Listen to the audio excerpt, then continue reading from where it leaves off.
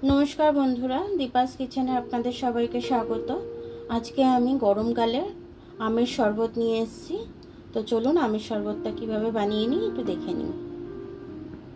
आमी आमेर खोसागुलो छाड़िये निচ্ছি। আমটা আমি আগে সেদ্ধ করতে দিয়ে দিয়েছিলাম। আমটা সেদ্ধ হয়ে গেছে। এবার আমি আমের খোলাগুলো ছাড়িয়ে নিচ্ছি।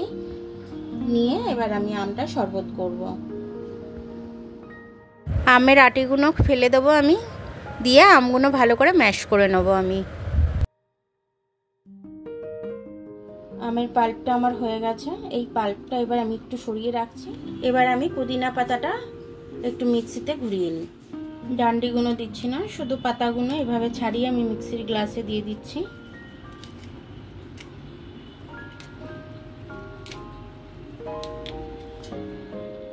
এক কাপ মতো চিনি আমি দিয়ে দেবো। দেখুন কাপটা অনেক বড় আমার।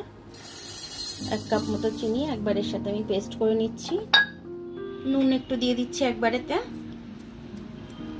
এটাতে আমি জল দেব না, এমনি আমি পেস্ট করে নেব চিনিটা দিয়ে। এটা আমি একটু ছেঁকে নেব আমের পাল্পটা।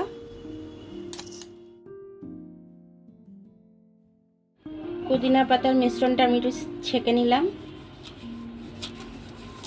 ছেঁকে নিলে মুখে কিছু পড়ে না, তার জন্য আমি এটাকে ছেঁকে নিলাম ভালো করে।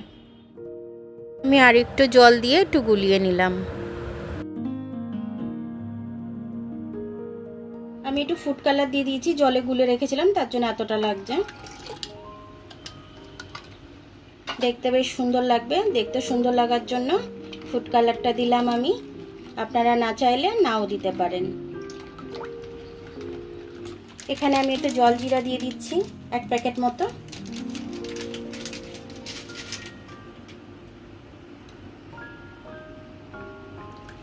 জলজিরাটা আমি দিয়ে গুলিয়ে নিলাম এর ভেতরে।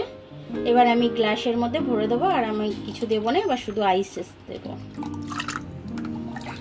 এক এক করে দেখুন আমি গ্লাসগুলো ভরে নিচ্ছি। এবার এর মধ্যে আমি আইস দিয়ে দেবো। এবার আইসগুলো দিয়ে দেবো আমি।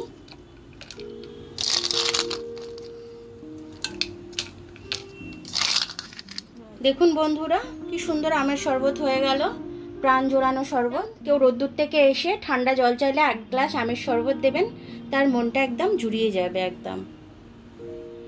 কাঁচা আমের শরবত এইভাবে করলে পরে বাচ্চারাও খুব ভালো খাবে, বড়রাও খুব ভালো খাবে, এবং খেলে পরে খুব ভালো লাগবে। আজ এবারে যা গরম পড়বে, বাপ রে বাপ, বিশাল গরম। তার জন্যই আমের শরবতটা, দইয়ের শরবত, আমের শরবত, এগুলোই এখন এই গরমকালটা চলবে। আপনারা করে এরকমভাবে খাবেন, আমাকে জানাবেন খেয়ে যে আপনাদের কেমন লাগলো। এটা দেখার জন্য অনেক অনেক ধন্যবাদ। আমার ভিডিওটা যদি আপনাদের পছন্দ হয় লাইক, সাবস্ক্রাইব, বেল আইকনটা একটু টিপে দেবেন। আর যদি ফেসবুক থেকে দেখেন তাহলে লাইক আর ফলোটা একটু করে দেবেন। আবার কাল দেখা হবে নতুন রেসিপির সাথে। ততক্ষণ আপনারা ভালো থাকবেন, আমি আসছি।